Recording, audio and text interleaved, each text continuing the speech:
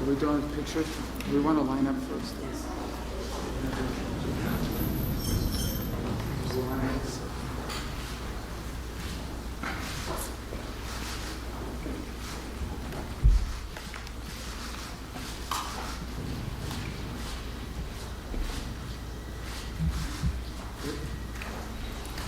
All right, welcome.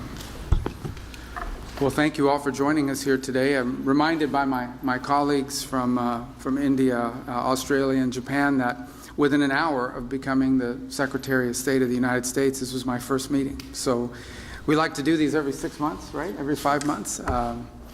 But we're honored to host them here today in this very important partnership that has developed over the years and that I think has really taken wing in the last few months, and we want to continue to build on. These are very important countries. These are very important strategic partners and allies of the United States, and together we have a lot of shared priorities, a lot of things we care about in the world. I think there are many global problems, but also problems that we face in our respective countries that can be solved by us cooperating together. One of the challenges upon coming, although this is a great partnership and a great forum in which to discuss these issues, one of the challenges has been something new like this, is turning meetings and gatherings where we talk about ideas and concepts into a vehicle for action, into a vehicle for actually being able to take concrete actions. And that's the next step in this great partnership, is to actually begin to see concrete actions and steps being taken in conjunction with one another, in coordination with one another, in partnership with one another for the benefit of our respective countries and ultimately of many other countries in the world. There are many countries that are going to benefit from this partnership even though they're not members of it. And it's not simply a security matter. It's largely, in many cases, about economic development. In fact, later today we'll be hosting here in this building a number of companies. I think over 30 or 40 companies was the last count.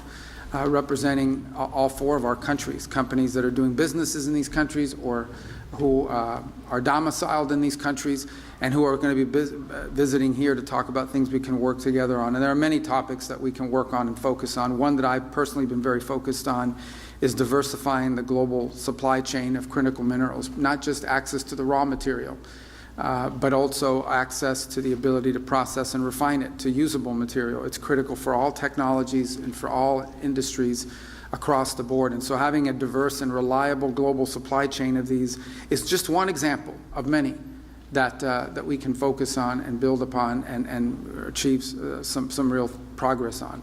So that's the hope for this partnership. That's why it's so important to host it here today.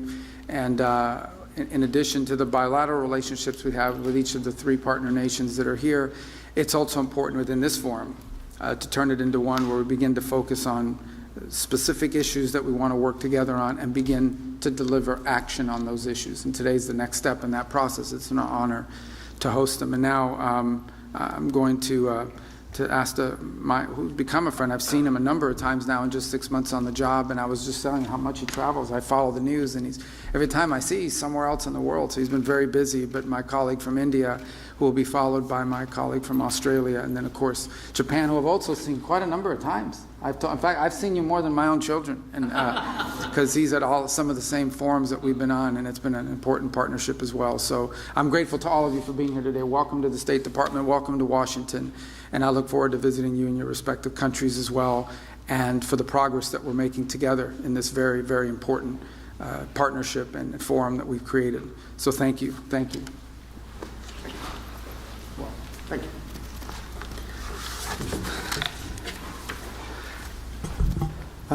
I'm very pleased to be back in DC for the second time this year for a Quad Foreign Ministers meeting. And let me begin by saying that we're all committed to ensure a free and open Indo-Pacific. To that end, our endeavors are devoted to promoting a rules-based international order. It is essential that nations of the Indo-Pacific have the freedom of choice, so essential to make right decisions on development and security. In the last few months, we have made significant progress in Quad initiatives.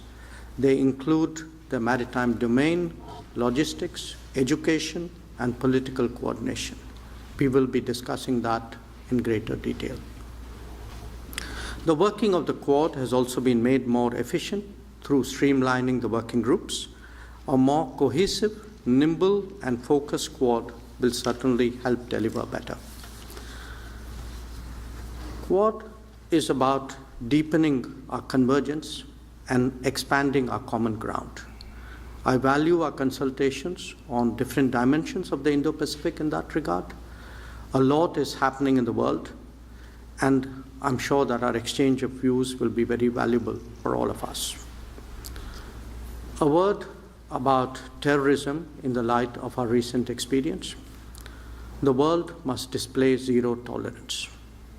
Victims and perpetrators must never be equated, and India has every right to defend its people against terrorism, and we will exercise that right.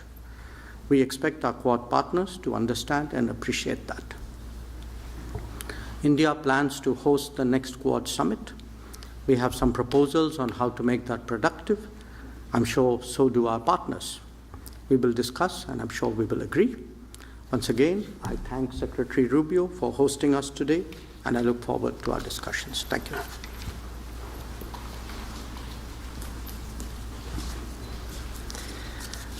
Thanks very much. It's really wonderful to be back here in Washington. It was such an honour to be asked, be invited to attend the inauguration of President Trump in January and to attend it with my colleagues from India and Japan. And Secretary Rubio, it was indeed your first few hours of being the Secretary of State. It was such an honour to meet with you, and I look forward. Thank you for the engagement over particularly this last little period with the Middle East, and then obviously we look forward to your visit to the ASEAN set of meetings in our region. We understand how important this partnership is. It is such an important partnership for the world, it's such an important partnership for our region, it's such an important partnership for the countries represented. The importance of our partnership is highlighted by the urgency of the strategic challenges that we all face. In his testimony to his confirmation hearings, the Secretary spoke about the future of the 21st century being made in this region, being shaped in this region, and Australia agrees. This is a very important Quad meeting, as always, and unfortunately we meet against the backdrop of conflict and of escalating competition.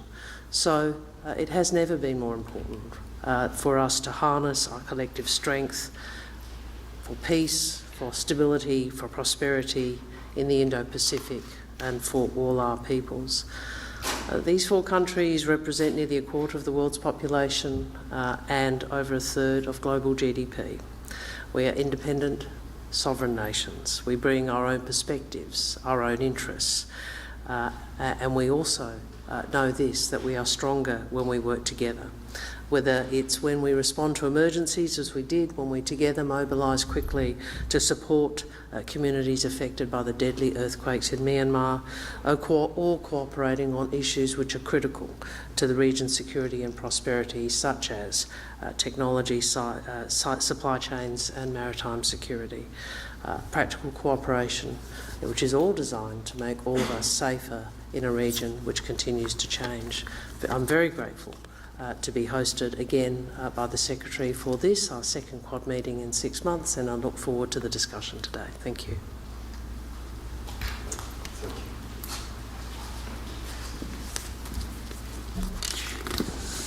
Today, 本日、マルコのイニシアティブで、本年2回目の日米豪印外相会合を開催できることを大変嬉しく思います。マルコが国務省に初登庁して数時間後に開催された本年1月の外相会合開催は、国際社会に対して前向きで力強いメッセージとなりました。Today, I'm pleased to convene the second Quad Foreign Ministers meeting of this year, thanks to Marco's initiative. The previous Foreign Ministers meeting in January took place just a few hours after Marco's first day at the State Department, and I believe that sent a positive and a strong message to the international community. それから半年のタイミングで再度日米豪印の外相がワシントン DC に集うことができたのはクアッドの結束の強さと重要性を示すものであります。The fact that the 4 foreign ministers are once again gathering here in Washington, D.C. only 6 months later demonstrates the strength of a unity and the importance of the Quad. 現在、中東や欧州ではさまざまな混乱が起きております。我々4カ国が位置するインド太平洋は世界人口の半数以上を要する世界経済の成長エンジンであり、インド太平洋地域の平和と安定は国際社会の繁栄にとって不可欠であります。インド太平洋地域の平和と安定のために、地域の大国である日米豪印4カ国が果たせる役割は大変大きなものがございます。Currently, there is turmoil in the Middle East and Europe. The Indo-Pacific region, where our 4 countries are located, is the growth engine of the global economy, accounting for more than half of the world's population. With this, the peace and stability of the Indo-Pacific region are essential for the prosperity of international community. The 4 countries, as major powers in the region, have an important role to play in ensuring peace and stability in the Indo-Pacific region. 本日は現下の国際情勢について戦略的な観点から議論を深めたいと思います。また、自由で開かれたインド太平洋の実現のために、地域諸国に裨益する今後の協力などについてしっかりと意見交換したいと思います。ありがとうございます。Today, I'm looking forward to engaging in in-depth strategic discussions on the current international situation. Additionally, we will exchange views on future cooperation that will benefit countries in the region in order to advance the realization of a free and open Indo-Pacific. Thank you very much. Thank you.